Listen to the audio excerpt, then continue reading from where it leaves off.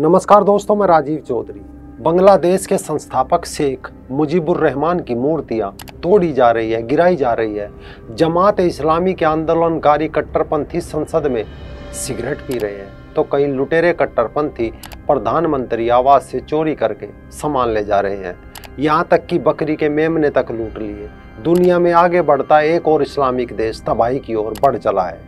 बांग्लादेश के हालात इस वक्त किसी से छिपे नहीं है, लेकिन इसे आरक्षण का आंदोलन कहना गलत है। इसके पीछे कट्टरपंथी जमात इस्लामी है। प्रधानमंत्री शेख हसीना ने अपने पद से इस्तीफा देकर फिलहाल देश छोड़ दिया है और ढाका से अगरतला के रास्ते भारत पहुंची उनका एक ट्रांसपोर्ट एयरक्राफ्ट कल शाम गाजियाबाद के हिंडन एयरबेस पहुंचा। वे यहां से लंदन, फिनलैंड या किसी दूसरे देश में जा सकती है। एयरबेस पर सुरक्षा सलाहकार अजीत डोभाल जी ने शेख हसीना से करीब 1 घंटे तक बातचीत की। हसीना के देश छोड़ने के बाद बांग्लादेश के सेना प्रमुख ने कहा कि हम अंतरिम सरकार बनाएंगे, देश को अब सेना संभालेगी। इधर शेख हसीना ने बांग्लादेश छोड़ा, उधर भारत विरोधी और चाइना एंड पाकिस्तान की समर्थक खालिदा जिया की रिहाई हो गई। खालिदा जिया को भ्रष्टाचार के एक मामले में 17 साल की सजा सुनाए जाने के बाद साल 2018 से जेल भेज दिया गया था। छोटा सा ही सही, लेकिन बांग्लादेश का अपना एक इतिहास है और वो इतिहास किसी भी मुस्लिम देश से अलग नहीं है। पूरा मामला समझने के लिए ये इतिहास आज जानना बेहद जरूरी है, क्योंकि बांग्लादेश को आज़ाद कराने वाले शेख मुजीबुर रहमान को परिवार सहित आज़ादी के 4 साल बाद ही मार दिया गया था। उनकी 2 बेटियां शेख हसीना और एक उनकी बहन, चूंकि उस वक्त देश में नहीं थी, इसीलिए वो बच गई थी। हालांकि 6 साल तक भारत में शरण पाने के बाद मुजीबुर रहमान की बेटी शेख हसीना वाजेद बांग्लादेश लौटी और वहां की प्रधानमंत्री भी बनी। हसीना को भारत में इसलिए शरण लेनी पड़ी क्योंकि जियाउर रहमान की सैन्य सरकार ने तब तक उन्हें स्वदेश लौटने पर प्रतिबंध लगा दिया था। जियाउर रहमान वही थे जो मौजूदा बांग्लादेश नेशनल पार्टी की प्रमुख खालिदा जिया के पति थे।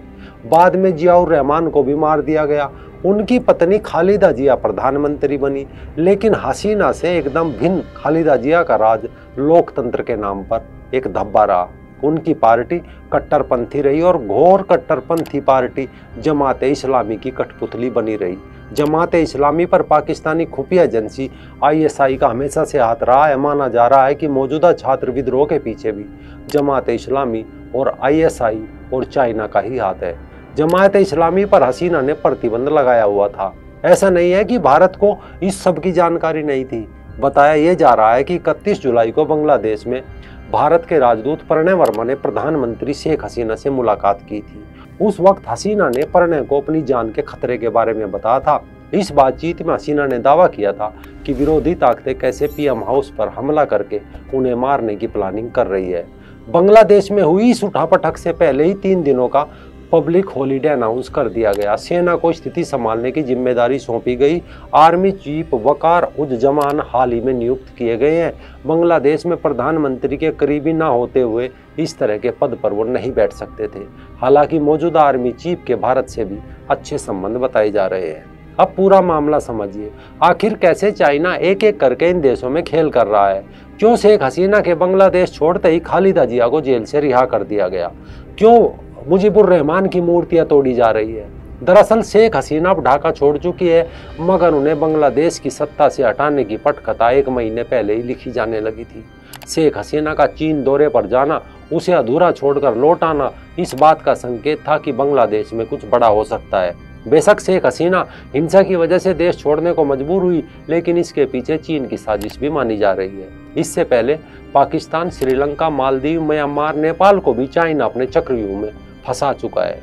असल में चीन में प्रस्तावित 4 दिनों के दौरे को बीच में छोड़कर ढाका लौटी शेख हसीना गुस्से में इतनी तमतमाई थी कि उन्होंने बीजिंग को खरी खोटी सुना दी थी। शेख हसीना ने यहाँ तक कह दिया था कि तीस्ता परियोजना में भारत और चीन दोनों की दिलचस्पी है, लेकिन वो चाहती है कि इसे भारत ही पूरा करे।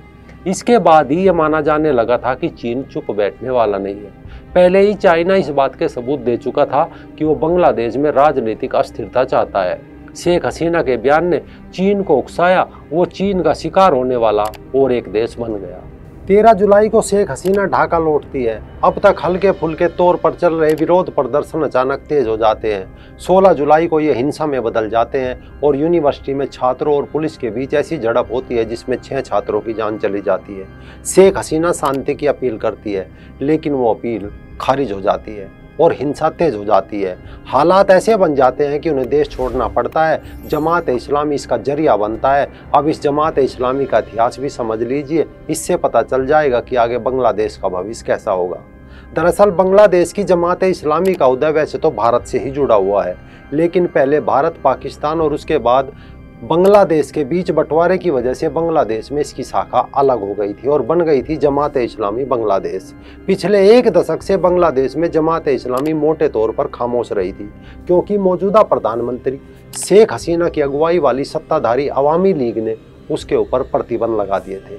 फिर भी हाल ही में जमात एक बार फिर बांग्लादेश के राजनीतिक मोर्चे पर नजर आई, जब उसने थोड़े समय पहले ढाका में एक विशाल रैली आयोजित की थी। जमात इस्लामी की गतिविधियों पर सख्त पाबंदियों के बाद अगर उसने ढाका में अपनी ताकत खुलकर दिखाई थी तो इसके कई कारण रहे थे। उसे चाइना से फंडिंग मिलने के संकेत थे। दरअसल 1971 में बांग्लादेश की आज़ादी की लड़ाई के दौरान जमात इस्लामी ने बांग्लादेश के हितों को नुकसान पहुंचाते हुए पाकिस्तानी फौज के साथ साठगांठ कर ली थी। जब बांग्लादेश ने आज़ादी हासिल कर ली तब जमात वहाँ की राजनीतिक व्यवस्था का हिस्सा बन गई और उसने इस्लामिक हुकूमत स्थापित करने के लिए चुनाव भी लड़ना शुरू कर दिया। हालांकि शुरुआत में जमात को कामयाबी नहीं मिली, मगर जमात इस्लामी ने बांग्लादेश की दोनों बड़ी पार्टी, मौजूदा सत्ताधारी अवामी लीग 1986, 95, 96 और देश के मुख्य विपक्षी दल बांग्लादेशी नेशनलिस्ट पार्टी के साथ मिलकर काम किया। शेख हसीना की अवामी लीग जमात को गद्दार और रजाकार कहती है। इस बार भी उन्होंने रजाकार और गद्दार कहा था। और जमात इस्लामी का पाकिस्तानी प्रेम भी समय समय पर दिखता रहा है। साल 2008 के चुनाव में अवामी लीग ने अपना चुनाव अभियान जमात इस्लामी के सारे नेताओं के खिलाफ युद्ध का मुकदमा चलाने के मुद्दे पर चला था। इन सभी नेताओं पर 1971 के बांग्लादेश स्वतंत्रता संग्राम में पाकिस्तानी फौज से गठजोड़ करने के इल्जाम थे। चुनाव जीतने के बाद शेख हसीना ने अपना वादा पूरा भी किया और 1970 के दशक के जमात के बहुत सारे मुल्लाओं को या तो जेल में डाला गया या मौत की सजाएं दी गई। 2013 आते आते जमात के एक सियासी दल के तौर पर काम करने पर भी पाबंदी लगा दी। बांग्लादेश के ज़्यादातर नागरिकों ने जमात पर इस प्रतिबंध का स्वागत किया। इसके समर्थन में रैलियां भी निकाली गई, मगर अब 1 दशक बाद उस नीति को पूरी तरह से उलट दिया गया। इस पर बांग्लादेश ही नहीं, पूरी दुनिया के लोग हैरानी जता रहे हैं। दरअसल भारत के पड़ोसी मुल्कों में बांग्लादेश एक ऐसा मुल्क था जहां की अर्थव्यवस्था पटरी पर थी, इसीलिए चीन वहां अपनी स्थिति मजबूत करने का प्रयास कर रहा था। शेख हसीना उसकी नज़रों में इसलिए चुभ रही थी क्योंकि शेख हसीना का झुकाव भारत की तरफ है। इसके लिए जमात को मोहरा बनाया गया। वरना सोचिए, छात्र क्यों बांग्लादेश के संस्थापक शेख मुजीबुर रहमान की मूर्तियां तोड़ते। इसलिए इसे छात्र आंदोलन कहना या आरक्षण के विरोध में आंदोलन कहना ही गलत है। दरअसल ये मदरसा छाप जमात इस्लामी के कट्टरपंथी पाकिस्तान के चेले थे जो बांग्लादेश को तालिबान बनाना चाहते हैं। इसके लिए इन्होंने आरक्षण के मुद्दे पर स्कूली छात्रों की आड़ में अपना काम किया और बांग्लादेश को उस राह पर ले आए जहां से बांग्लादेश ने 1971 में एक देश के तौर पर अपना सफर शुरू किया था।